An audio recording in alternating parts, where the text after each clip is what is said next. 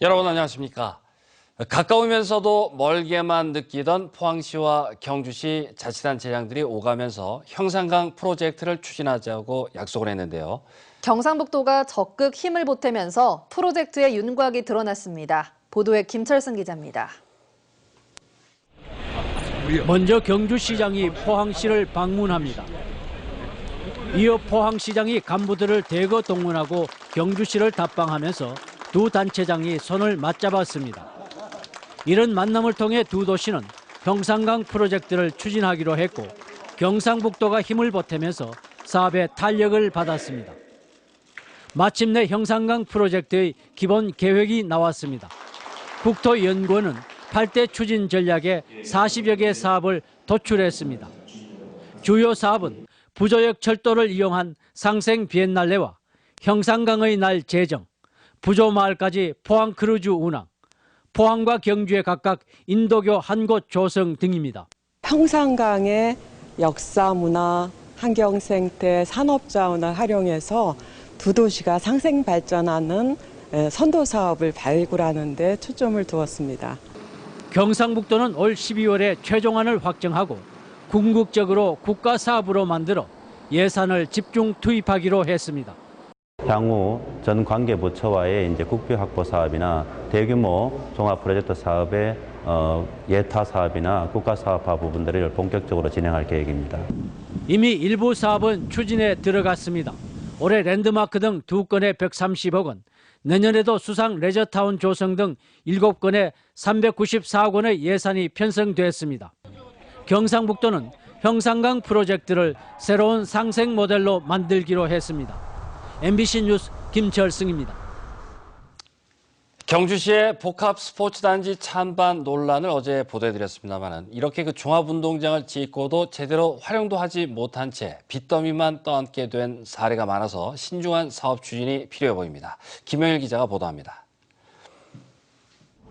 지난 2010년 국제공인 기준에 맞춰 지어진 진주 종합경기장 1,800억을 들여 지었는데 지난 2010년과 2011년 전국체전 등 4대 체전이 열렸습니다.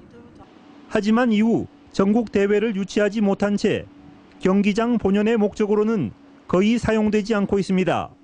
경기장 본연의 그런 활용도가 거의 없습니다. 1년에 전국체전 뒤로 1년에 한 번 정도 프로축구 경기가 한 번 열리는 정도고 1년에 7억 내지 8억 정도의 막대한 관리비가 발생하고 있습니다. 이 같은 사정은 전국의 다른 자치단체도 마찬가지입니다. 만석 이상 규모의 전국 종합경기장의 경영 실태를 분석한 결과 93곳이 모두 3,700억 원대의 적자에 허덕이고 있습니다. 사정이 이런데도 경주시는 1,500억을 들여 복합 스포츠단지 조성을 계획 중입니다. 하지만 명확한 재원 확보 방안조차 아직 제시하지 못하고 있고 사업 타당성 조사 용역을 맡은 기관마저 예산 확보의 어려움을 이유로 6년간 3단계로 나눠 사업을 추진해야 한다고 밝힌 바 있습니다. 더구나 매년 수억 원에 이르는 관리 비용도 고스란히 경주 시민들의 혈세로 부담해야 합니다. 복합 스포츠단지의 장밋빛 청사진만 제시하지 말고 시민들을 위한 행정이 과연 무엇일지 경주시가 더 깊이 고민해야 할 때입니다. MBC 뉴스 김향일입니다. 경상북도가 동해안 발전본부 이전에 속도를 내기로 했습니다. 경상북도는 지난 5월부터 특별팀을 운영하면서 대구 경북연구원에 입지 선정을 의뢰하는 한편 각계 전문가들로 구성된 동해안 발전본부 이전 추진위원회를 구성하는 등 이전 실무 작업을 진행해 왔습니다. 도는 동해안 발전본부의 고유 기능과 발전 가능성 등을 종합적으로 판단할 수 있는 공정한 평가 지표를 개발해 평가에 반영하기로 했습니다. 포항시 취업 창업 박람회가 오늘 포항체육관에서 열렸습니다. 경기 침체 속에 일자리를 찾는 청년들이 몰렸고 구직 상담도 인기를 끌었습니다. 임재국 기자가 보도합니다. 취업 박람회장에는 개막 전부터 일자리를 구하려는 사람들로 북적입니다.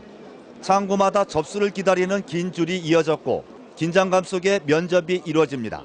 생각하는 회사들은 다 넣어봤고 저가 또 원하는 회사들을 또 지원해보고 그러니까 또 좋은 회사들이 은근 여기 많은 것 같습니다. 그래서 많이 지원해봤습니다. 이번 박람회에선 포스코와 외주사 등 35개 업체가 현장 면접 등을 통해 180여 명을 채용하고 54개 업체는 박람회 게시판을 통해 인력을 뽑게 됩니다.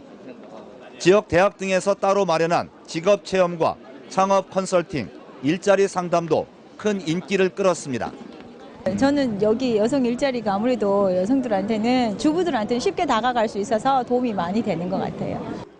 포항시는 이 같은 박람회 개최를 확대하고 근본적으로 일자리를 늘릴 수 있는 산업 생태계 조성과 투자 유치에 주력하기로 했습니다. 현재 포항에 있는 기업들이 추가로 투자할 수 있는 부분에 그런 것이 없는지 규제 개혁 이런 부분을 집중적으로 추진을 하고 있고요. 외부에 있는 기업들이 우리 포항에 와서 기업을 설립할 수 있도록 그렇게 해서 절대적인 일자리 수가 늘어날 수 있도록. 노동부 포항고용센터는 박람회가 끝나더라도 온라인 워크넷을 통해 채용 정보를 찾을 수 있고 센터를 방문하면 언제든지 취업 상담과 알선을 받을 수 있다고 밝혔습니다. MBC 뉴스 임재욱입니다. 포항시는 홍콩과 중국의 투자 전문 기업인 한수와 350억 규모의 투자 유치 양해각서를 체결했습니다.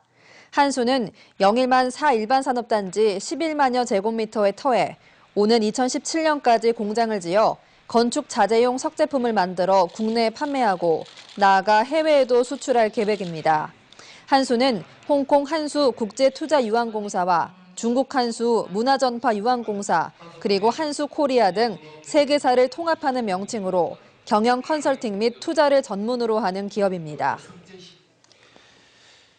어린이집 보육료 언제쯤이면 안심하고 지원받을 수 있을까요? 국가에서 내려주는 시도교육청의 실질적인 내년 예산인 교부금이 최근 각 교육청으로 전달됐는데 올해 역시 누리과정 예산을 넣을지 말지 고민하고 있습니다. 정동원 기자가 보도합니다. 경북교육청이 받은 내년 보통교부금은 지방채를 합쳐 3조 1,875억 원, 올해보다 722억 원이 증가했습니다. 이를 바탕으로 내년 예산을 짜게 되는데 인건비가 1,126억 원이나 올랐습니다. 내년 교직원의 급여가 일괄 3%씩 인상되기 때문입니다. 이에 따라 경북교육청은 내년 누리예산 삭감을 검토하고 있습니다. 만 3세에서 5세까지의 누리과정 중 유치원을 제외한 어린이집 보육료 997억 원을 편성하지 않을 수 있다는 겁니다. 실제 작년에 세운 올해 예산도 어린이집 보육료 일부를 삭감했다가 추경으로 채웠습니다. 유초, 중, 고등학교는 교육기관으로 시도교육청 소관이지만 어린이집은 국가 시책 사업입니다. 따라서 어린이집 보육료는 지방비로 충당할 것이 아니라 국가가 별도의 재원을 마련해야 한다고 생각합니다. 국가 책임의 어린이집 보육료를 세우느라 교육청 소관 예산을 삭감할 수 없다는 말입니다. 이렇게 되면 도내 28,366명의 어린이가 받던 혜택은 사라집니다. 매년 정부 지원금 있어서 참 좋았었는데 해마다 이런 예산 문제가 되풀이되니까 아이 키우는 엄마로서 정말 불안하고 답답합니다. 타 시도교육청은 누리 예산을 어떻게 편성하는지 경북교육청이 눈치를 보고 있는 가운데 다음 달 11일까지 내년 본 예산을 확정해 의회에 제출해야 합니다. MBC 뉴스 정동원입니다. 보육료 인상과 보육교사 처우 개선 등을 요구하며 오늘부터 사흘간 민간 어린이집 보육교사들이 집단으로 연차를 냈지만 지역 어린이집의 참여율은 높지 않아 우려했던 보육 대란은 나타나지 않았습니다. 포항의 경우에 민간 어린이집 교사 917명이 오늘부터 연가를 신청한 것으로 파악됐지만 대부분의 교사들이 연차 사용을 연기하고 정상 출근해 학부모들의 불편은 없었습니다. 민간 어린이집 연합회는 영아반 보육료 예산 10% 인상과 누리과정 보육료 30만 원 지원 약속 이행, 보육교사 처우 개선 등 6개 사항을 정부에 요구하고 있습니다. 배추와 무, 팥값 하락으로 올해 김장 비용이 평년에 비해 적게 될 전망입니다. 한국농수산식품유통공사가 이달 가격을 기준으로 4인 가족 김장비를 산출한 결과 22만 2,657원으로 평년에 비해 5.1%가 낮았습니다. 이 같은 원인은 김장 주재료 13가지 품목 가운데 올해 풍작으로 배추와 무, 쪽파, 갓 등 4개 품목의 가격 하락폭이 크기 때문으로 배추와 무, 쪽파의 경우 평년보다 22% 이상 가격이 떨어졌고 갓은 44%가 하락했습니다. 반면 마늘 등 양념류와 젓갈류 가격은 올라 본격 김장철이 다가올수록 재료값 상승폭도 클 것으로 예상됩니다. 경상북도는 오늘 울릉군 도동에서 국민 임대주택 110가구 건립을 위한 기공식을 가졌습니다. 한국토지주택공사는 189억 원을 들여 울릉읍 도동리와 서면 남서리, 북면 천부리 등 3곳에 임대주택을 지어 오는 2017년 입주할 수 있도록 할 계획입니다. 울릉도에 국민 임대주택이 들어서기는 지난 2007년 저동 71가구에 이어 10년 만입니다.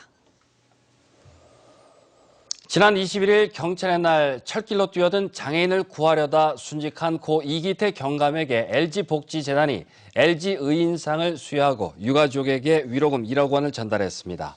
LG복지재단은 위험한 상황에서도 국민의 안전을 위해 일하다 순직한 고인의 희생을 기리기 위해 의인상을 수여한다고 밝혔습니다. LG의인상은 지난 9월 경기도 부천에서 교통사고를 당한 시민을 구하려다 차량에 치여 숨진 고 정연승 특전사 상사에 이어서 두 번째로 수여됐습니다.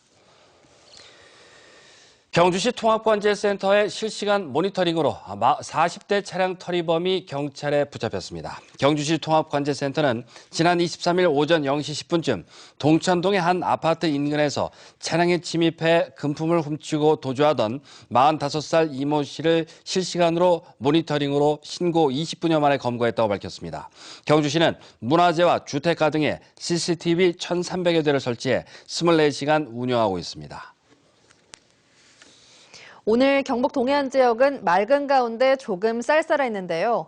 내일 아침은 오늘보다 조금 더 쌀쌀하겠습니다. 자세한 날씨 양태빈 기상캐스터가 전합니다. 네, 오늘 햇빛은 쨍한데 공기는 서늘했습니다. 이제 하루하루 기온이 떨어지고 있는데요. 내일도 오늘보다 기온이 내려가면서 아침 기온 포항 9도, 경주 6도로 올가을 들어 가장 쌀쌀하겠습니다. 그 와중에 일교차는 크게 벌어지겠습니다. 낮에는 기온이 쑥쑥 올라서 포항 18도, 경주 17도를 보이겠는데요. 보시는 것처럼 아침과 낮의 기온차가 10도 내외로 크게 벌어지겠습니다. 다만 이렇게 일교차가 커도 이제는 낮에도 공기가 선선해 서 적당한 두께의 옷을 걸치셔야겠습니다. 내일은 동해상의 풍랑특보가 해제되면서 파도가 잔잔해지겠습니다. 하지만 아직까지 주의하셔야겠는데요. 내일 오전에 최대 3m로 일면서 여전히 주의하셔야겠습니다. 자세한 지역 날씨 알아보겠습니다. 내일 경북 동해안 지역은 대체로 맑겠습니다. 구름이 간간히 지나겠는데요. 아침 기온은 6도에서 9도, 낮 기온은 15도에서 18도가 되겠습니다. 울릉도와 독도도 맑은 가운데 구름 조금 지나겠습니다. 아침 기온 울릉도 9도, 독도 12도, 낮 기온 울릉도 12도, 독도 14도가 되겠습니다. 동해 전해상 대체로 맑은 가운데 구름 조금 있겠습니다. 파도는 최대 3m로 일겠습니다. 이제 기온이 내림세를 보이겠습니다. 특히 토요일에는 아침 기온 5도, 낮 기온 14도로 가장 추운 날씨가 되겠습니다. 날씨였습니다. 이상으로 포항 MBC 뉴스데스크를 마치겠습니다. 시청해주신 여러분 고맙습니다.